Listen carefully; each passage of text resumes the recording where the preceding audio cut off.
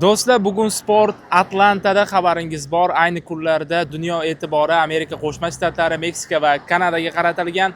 Bizning futbolchilar esa aynan ortimda turgan GV Marriott nomli mehmonxonada yashashmoqda va ular bugun Portugaliya bilan o'yindan oldin navbatdagi mashg'ulotni o'tkazadi. Men va hamrohlarim bir nechta ommaviy axborot vositalari vakillari bugun terma jamoamizning mashg'ulotiga yo'l olamiz va jarayonlarni yoritib boramiz. Demak, mana shu taksida bugun terma jamoa mashg'ulotiga yo'l olamiz. Hamkasblarim ham men bilan.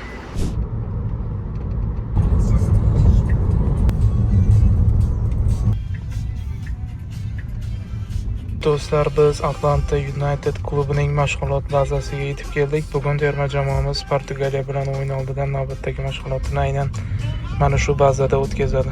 Demak, hozirgina biz Atlanta United klubiga tegishli mashg'ulotlar bazasiga yetib keldik. Bir necha daqiqalardan so'ng O'zbekiston milliy terma jamoasining Portugaliya bilan o'yin oldidan navbatdagi mashg'uloti boshlanadi. Bu mashg'ulot ommaviy axborot vositalari uchun ham juda muhim, chunki bugun terma jamoamiz mashg'ulotlarini bevosita yorita olamiz. Ertaga esa jamoamiz mashg'uloti yopiq tarzda o'tkaziladi va undan keyin futbolchilarimiz Houston shahriga yo'l oladi.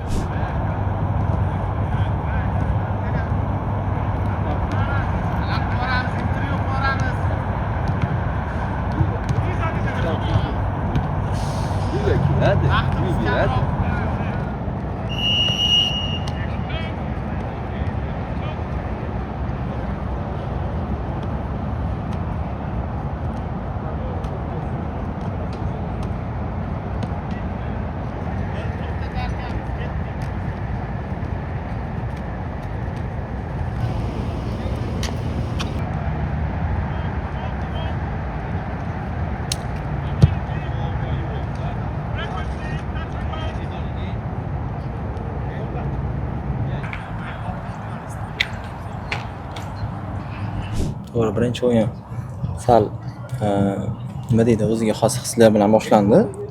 O'ylaymanki, hammada bu hislar o'tib ketdi va ikkinchi o'yinga Portugaliya bilan bo'ladigan o'yinga tayyorgarlikni kechadan boshladik. O'ylaymanki, Xudo xolasa bunda yana ham o'zimizga bo'lgan ishonch ko'proq va yaxshiroq o'yin namoyish etamiz. Portugaliya terma jamoasidan aynan qaysi jihatlarni ko'proq o'rgandingizlar va xavfni aynan qaysi jihatlardan kutyapsizlar? Pozitsiyami yoki? Ularda har bir pozitsiyada dunyoning eng kuchli futbolchilari o'ynaydi. Hammasiga to'g'ri yondashuv va to'g'ri tayyorgarlik kerak. Bittasini aytib bo'lmaydi, chunki hammasi o'ta kuchli. Hammasiga qarshi munosib aylanamiz. Bu bolakay biz ham kutuvdik, chunki ko'ngilni ko'tarib qo'yishimiz kerak.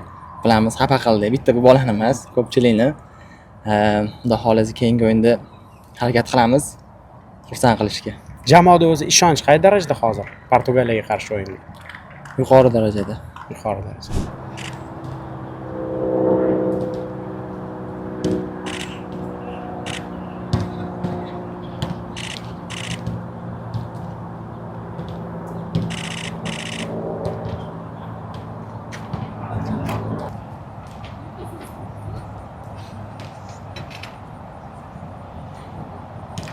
Bittalar.